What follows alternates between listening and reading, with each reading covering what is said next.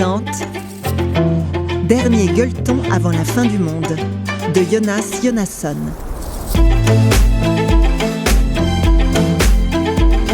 Lu par Odile Cohen.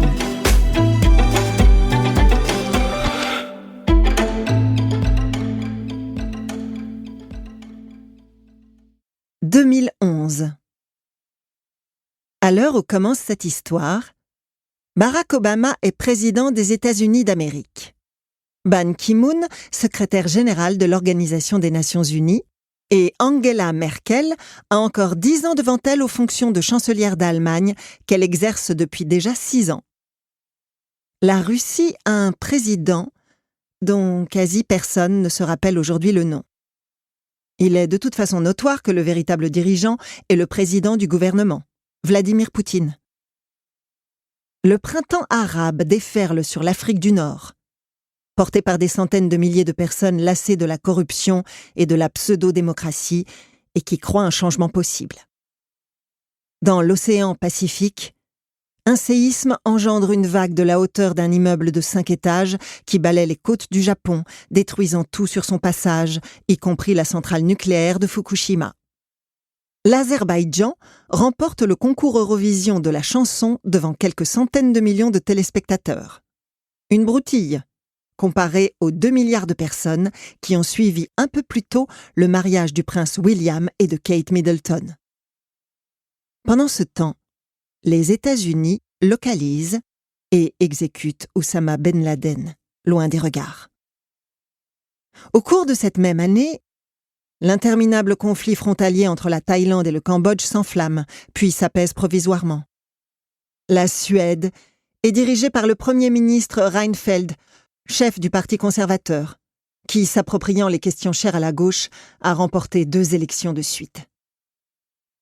Dans le même pays, un frère cadet simple d'esprit, nommé Johan, se retrouve seul au monde après que son aîné, Frédéric, est parti entamer une carrière diplomatique à Rome. Leur mère est morte depuis longtemps.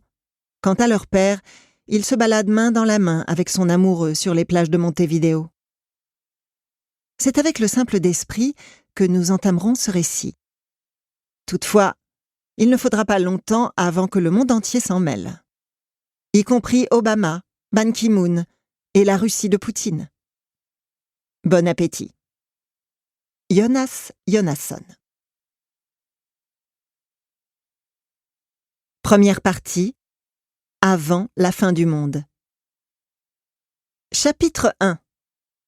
Été 2011. Johan était gentil, serviable et d'une intelligence inégale. Il y avait tant de choses qu'il ne comprenait pas. Par exemple, qu'il n'avait pas le meilleur grand frère du monde. Seulement 2 ans les séparaient, mais Johan admirait Frédéric comme un fils admire son père, le père qu'il n'avait jamais eu. Ou plutôt, celui qui les avait quittés avant la naissance de Johan et qui ne s'était manifesté qu'en de rares occasions au fil des ans, la dernière étant l'enterrement de leur mère. Après la cérémonie funéraire, il avait fait don à ses fils de son 12 pièces avec KGB dans la plus belle rue de Stockholm. Il avait déclaré à Frédéric qu'il était fier de lui, à Johan que tout s'arrangerait peut-être un jour. Puis il était reparti. Les frères qui se ressemblaient physiquement avaient des personnalités diamétralement opposées. L'aîné, marchant dans les pas de son père absent, s'apprêtait à devenir diplomate et visait le rang d'ambassadeur. Le cadet, pendant ce temps, échouait à garder son emploi de facteur. Tandis que l'un gravissait les échelons du ministère des Affaires étrangères, l'autre entretenait le 12 pièces KGB, vu qu'il n'était pas bon à grand-chose d'autre. Le soir, Frédéric s'asseyait dans le fauteuil de la bibliothèque avec des documents importants, demandait à Johan de lui servir un whisky et décidait en fonction de son appétit à quelle heure le dîner devait être servi. 19h15, pouvait-il ordonner à son frère. Précise, maintenant fiche le camp. Johan se sentait utile et fier de l'être. Dans l'ensemble, il était satisfait. Autant il éprouvait parfois des difficultés à raisonner, autant il adorait essayer saveur et senteur. Frédéric était rarement content du résultat, voire jamais. Mais pourquoi l'aurait-il été? Son frère était un incapable. Et puis l'aîné avait le don pour la critique constructive. Moins d'origan dans la sauce, espèce de nigo. Il était tout aussi pointilleux sur l'étiquette. On ne sert pas un pinot noir dans un verre à Bordeaux. Combien de fois devrais-je te le répéter? Une fois suffirait. La cuisine...